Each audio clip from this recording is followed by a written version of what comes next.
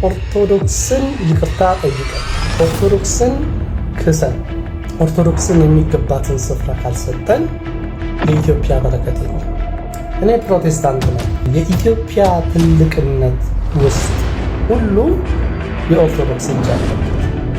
የኢትዮጵያ ውድቀቶች ውስጥ በሙሉ ደግሞ ኦርቶዶክስ ተዋርዳባታለች። አድዋ ጦርነት ላይ ቅዳሴ ይደረግ ነበር። የጊዮርጊስ ታቦት አብሮ ዘምቷል። ይህንን ህዝብ ነው አረመኔና እግዚአብሔርን የማያውቅ ብለው የሚሰጡ። ኢትዮጵያን ለማጥፋት ከፈለግ ኦርቶዶክስን ወይም አጥፋት ብላኔ ነበር። ዓለም ከነጭ ሰይጣኖች ነፃ የወጣው በእምዬ ኦርቶዶክስ ምክንያት። የኢትዮጵያ ወንጌል አማኞች ካውንስል የሐዋርያት ቅብብሎች ውጤት አይደለም። ተራሩ መጽሐፍ ቅዱሳዊ አይደለም። ከ24/7 ኦርቶዶክስን መሳደብ እኮ ለአንተ ወንጌል አይደለም። መሳደብ የሚል ቤተ እምነት ካለ ንገረን። ቄድር የሚባል ጥምቀት አለ። እቀደራለሁ። ስፔሻል ጥምቀት ነበር የተጠመቁት ገንዳ ላይ ነገር። አሁን ደግሞ ስፔሻል በክፍል 1 ኦርቶዶክስ የበረከት መሰረት ናት በሚለው ትንታኔ ላይ ኢትዮጵያ ያሸነፈችው ኦርቶዶክስ በተከበረችበት እና ፓወር በነበራት ወቅት ነው። ማርጂናላይዝ ባልተደረገችበት ጊዜ ነው ብዬ ነግሬያቸዋለሁ።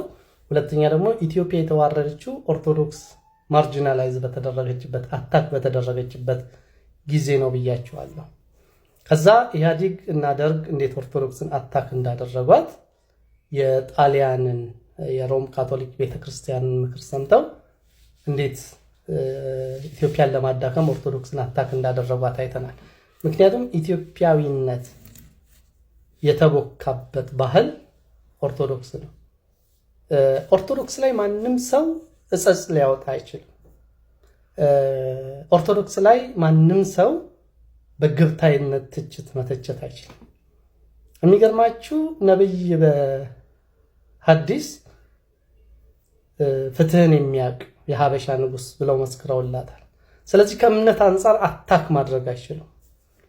ስለዚህ ኦርቶዶክስ ቤተክርስቲያንን ለማዳከም ፖለቲካዊ የጨቋኝነት ስም ነው የለጠፉባት። የሚገርማችሁ ይህ ነገር ቀጥሎ ፕሮቴስታንት ከኢህአዲግ መምጣት በኋላ ኦርቶዶክስን አታክ ለማድረግ ኢህአዲግ በጣም እንትናል።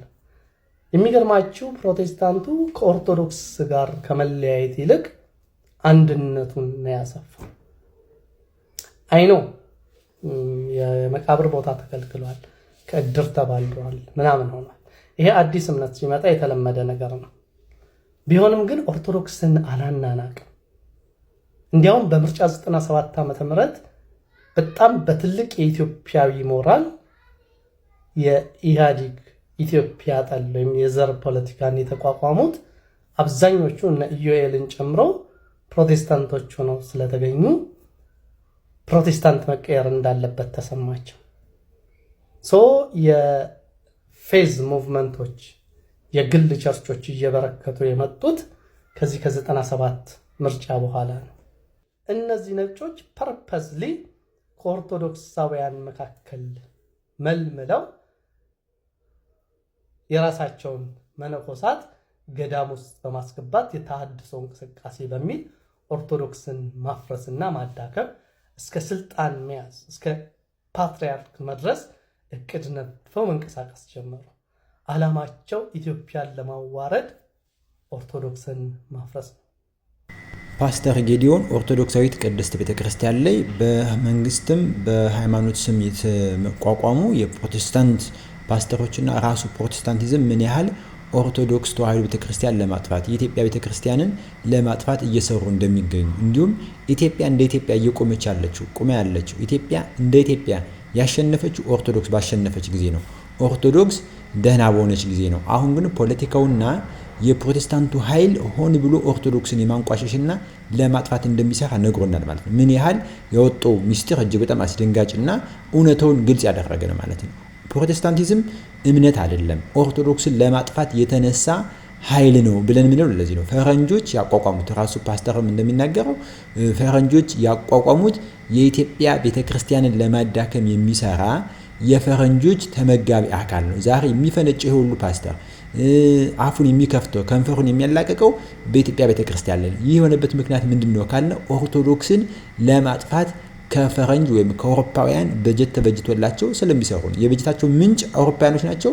የሚሰሩትም ዓላማቸው ምንድነው ካለ ወንጌል ሳይሆን ኦርቶዶክሳውያንን ማብሸቅ፣ የኦርቶዶክስ ክርስቲያንን መዝረፍ፣ ማፍረስ ነው። ንዋየ ቅድሳቷን ይዘርፋሉ፣ ዝማሬዎቿን ይወስዳሉ። ይህ ሁሉ የሚሆነው ኦርቶዶክስ ክርስቲያንን ለማጥፋት ነው። እንግዲህ ዮናስ ሙሉነም ይህንን ሚስጥር ይጋራል ማለት ነው። ይህንን ሚስጥር በተደጋጋሚ ያወጡታልኝ።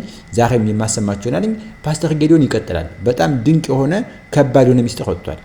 እኔ ፕሮቴስታንት ነኝ፣ ነገር ግን ማየት አይከብደኝም። አይምሬ ጤነኛ ስለሆነ ራሽናሊ ያስባል። የኢትዮጵያ ትልቅነት ውስጥ ሁሉ የኦርቶዶክስ እጅ አለበት። የኢትዮጵያ ውድቀቶች ውስጥ በሙሉ ደግሞ ኦርቶዶክስ ተዋርዳባታለች፣ ወይም ደግሞ ኦርቶዶክስ ማርጂናላይዝ ተደርጋለች።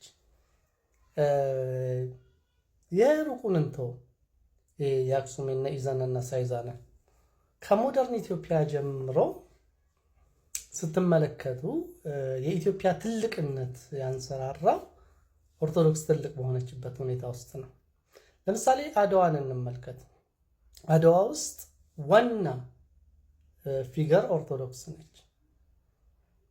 ምንም ማለት አርበኞቹ አብዛኞቹ ይሄ ከጅማው ከቤኒሻንጉሉ ከምናምን ጥቂት ሙስሊሞች አሉ ማለት ፊግሬቲቭ የሆኑ ሪሊ ኢትዮጵያ ልዩ የሚያደርጓት ሙስሊሞች አሉ። ግን አብዛኞቹ ክርስቲያን ደገኞች ናቸው። የጊዮርጊስ ታቦት አብሮ ዘምቷል። አድዋ ጦርነት ላይ ቅዳሴ ይደረግ ነበር። የኢትዮጵያ ነጸብራቅ፣ የአፍሪካ ኩራት፣ የዓለም ጥቁሮች የነጻነት ቀንዲል አድዋ የኦርቶዶክስ ድርሻ የአንበሳው ነው። ይህንን ነገር ላለማየት ያልወደደ ሰው ራሱ እንዲታወር አድርጓል። ሁለተኛ የውጫሌ ጦርነት የሚባለው የሁለተኛው የእንትን ጦርነት፣ እስቲ የሀበሻ ጀብዱ የሚለው መጽሐፍ አንብቦ አንዳንዴ ወጣቶች የምመክራችሁ ከራሳችሁ ጋር ተስማሙ። ማለት አብቹ እያለን የምንዘፍን ሰዎች አብቹ ምን አይነት ኢትዮጵያዊ ተጋድሎ እንደነበረው ምን አይነት ልበ ሙሉ አርበኛ እንደነበር ተመልከቱት። ይሄ የሀበሻ ጀብዱ ላይ ሲጽፍ በጣም የሚያስደንቀው የአርበኞቹ ወይም የተዋጊዎቹ ጸሎት ነበር ይላል። እና ይህንን ህዝብ ነው አረመኔ እና እግዚአብሔርን የማያውቅ ብለው የሚሰድቡት ብለው ይናገራል። የሚገርማችሁ ሞሶሎኒን ያማከረችው የሮም ቤተክርስቲያን ኢትዮጵያን ለማጥፋት ከፈለግ ኦርቶዶክስን አዳክማት ወይም አጥፋት ብላን የመከረችው። ፓስተር ጌዲዮን ከጥልቅ ከልቡ የሚናገረውን እያንዳንዷን ቃል በደንብ እንድትሰሙ ትፈልጋለሁ። ስለ ኦርቶዶክስ ቤተክርስቲያንና ፕሮቴስታንት እንዴት ሊያጠፋት እንደተነሳ ይናገራል።